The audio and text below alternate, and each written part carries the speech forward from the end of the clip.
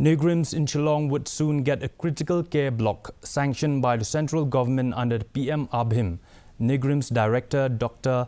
Nalin Mehta today said that the prefab structure is coming up well and the 150-bedded block will be completed by December this year.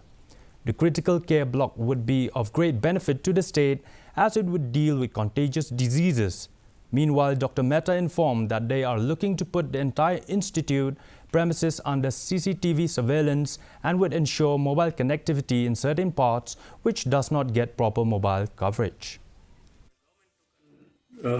Stand that we must have critical care blocks in multiple institutions, which would be ready to cater to contagions like COVID-19, so that the rest of the hospital can function normally, and any cases which are part of the contagion related ones would be isolated in a critical care block. And critical care in the sense because they would be given ICU, HDU care and a proper, the ventilators would be there and trained, competent people to look after them.